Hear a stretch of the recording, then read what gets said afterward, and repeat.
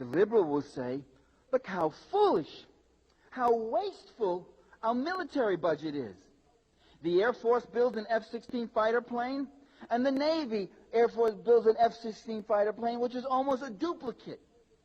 Total duplication, billions of dollars duplicated when we already had that weapon. Isn't that foolish and wasteful?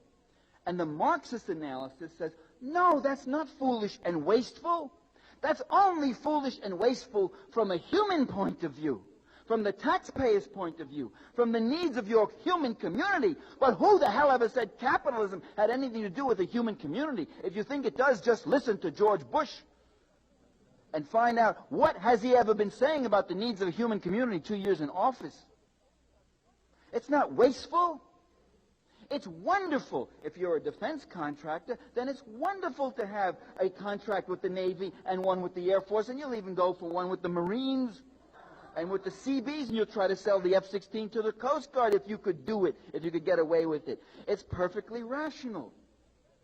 Marxism is a theory about capitalism. And it's a theory which says that capitalism has certain dynamics. Capitalism has a tendency to accumulate capital for the sake of accumulating capital. That's what Marxism says.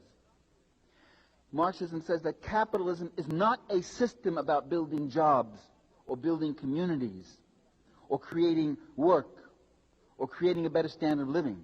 That capitalism will create jobs or destroy jobs depending on whether or not there's profit. It will create communities, Levittowns, whatever else, ticky-tack boxes, whatever else. It will create beautiful houses if there's someone who could pay beautiful prices. Or it will destroy communities, as it destroyed Poletown in Chicago to build a Cadillac plant. It will create jobs, or it will close out jobs through automation or through exporting those jobs to cheaper labor markets in Hong Kong or South Korea, whatever else. The capitalism is a dynamic that has very little to do with human needs. It's a dynamic that has to do with the maximization of profit. Its central imperative, the central law of capitalist motion and development, is the maximization of profit. It's capital penetration for the sake of capital accumulation. And it will use the environment as a septic tank, not because people are nasty, not because they're stupid and anything else, but because that is rational. It's rational to do that. And that's the Marxist analysis of capitalism. And that's the difference between a liberal complaint and a radical analysis. Because the liberal will spend the rest of his life complaining about these things being wrong and saying, aren't we foolish? Aren't we irrational that we foul our environment in this way? When are we going to come to our senses? The implication always is that the person who's saying that is somehow morally better and nicer and would do differently than all the other silly, foolish, confused people around. And the Marxist analysis says, no, that isn't true.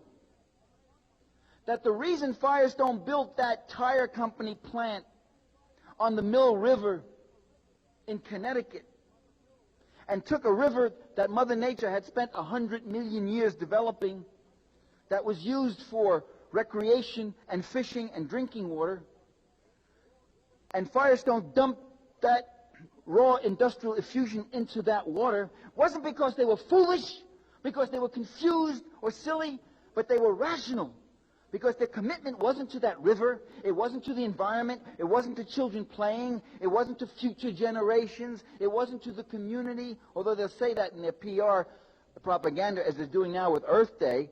Exxon coming out with ads on Earth Day blows my mind. I say, where am I? 1984, or well, what is this?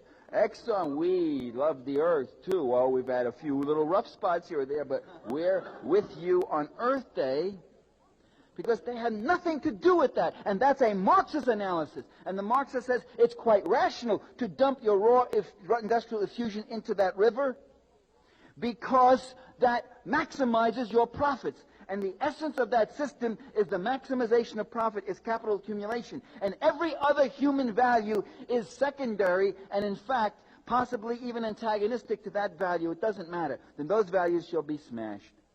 Sometimes some of them can be accommodated, if they can be accommodated within the parameters of profit. If not, then they have to go.